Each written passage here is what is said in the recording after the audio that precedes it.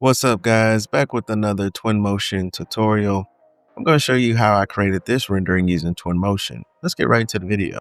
As you can see, we have a simple office layout. I modeled this in Revit 2024 and rendered this in Twinmotion 2025.2. Some of these assets are a bit of a mixture of Sketchfab and as well as Twinmotion all in one together. So I use this technique to help build my scenes. I do have more assets that I got from Twinmotion, and we have some planners as well. And we have a couple things here in our scene where we have a couple boxes. May want to raise that up just a little bit. I tried my best to add as much detail to this scene while utilizing Twinmotion and Sketchfab.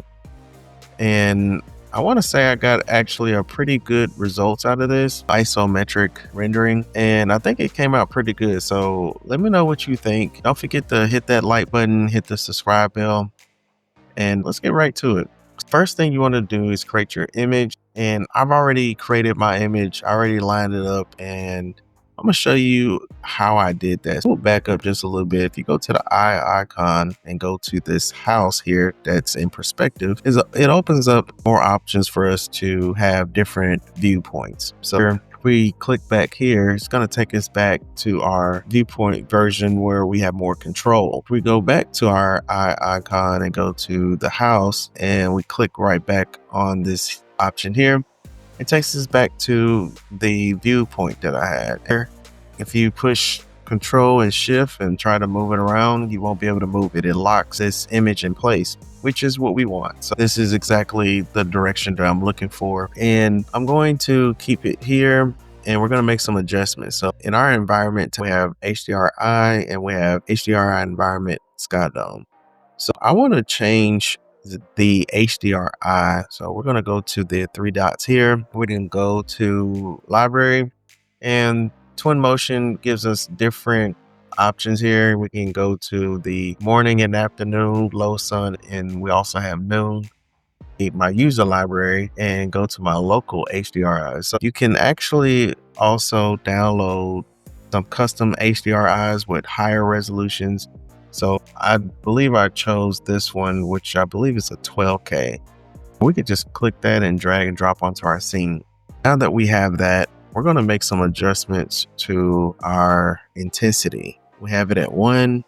Let's change it to 25.0. And one of the things I like to do to kind of show some of those things that are happening as I make these adjustments, hit render.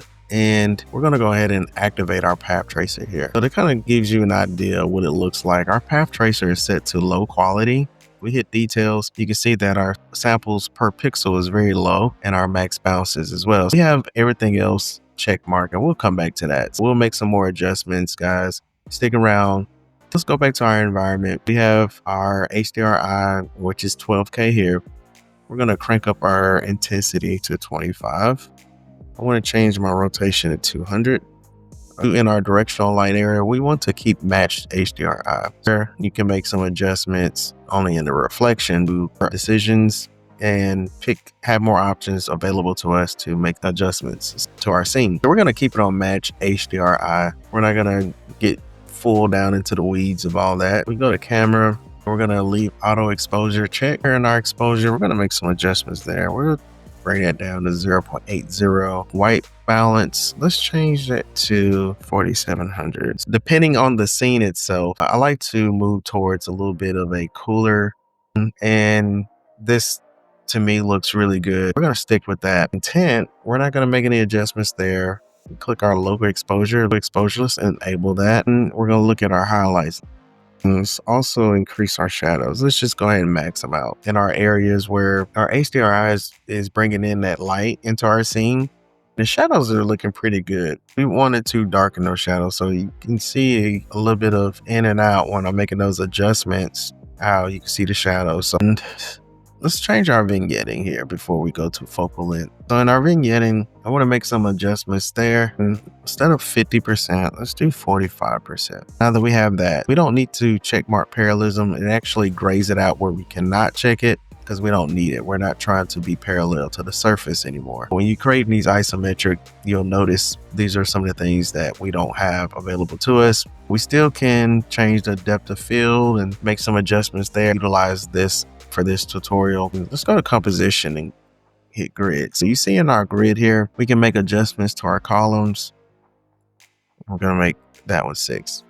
So we added more rows to our grid, and we also added more columns to our grid. So you can make adjustments. You can move it around just a little bit, try to line it up with that grid, how you see fit.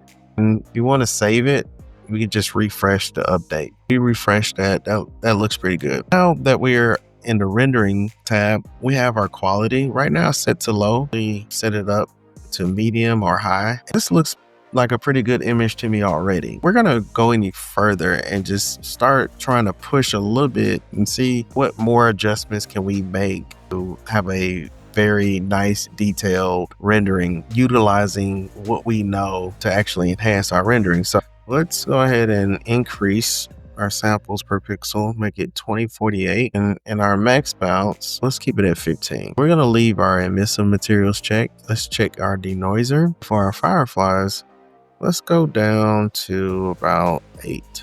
Now that we've done that, let's check our, and we're going to make some adjustments there. Let's make it down to 38%, saturation 45%.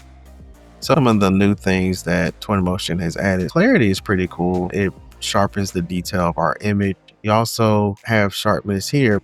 Clarity is going to not only sharpen the image, but it actually brings more clarity to our image. You'll notice that slight difference when I make that adjustment. So let's make our clarity 20%. Let's click that, and we're going to increase our intensity. We're going to increase our image. Right now it's just at full HD, so let's increase it to 8K. Anything greater than 8K, you'll need to use the tile rendering for higher resolutions. We'll mark that. Let's go back to our camera and let's turn off our grid. Guys, that looks pretty good. This is what I was able to accomplish with Twinmotion and using Sketchfab. So the materials from Twinmotion and Megascans and the HDRIs. So if this was a helpful video and you like this tutorial, we'll be back with another one.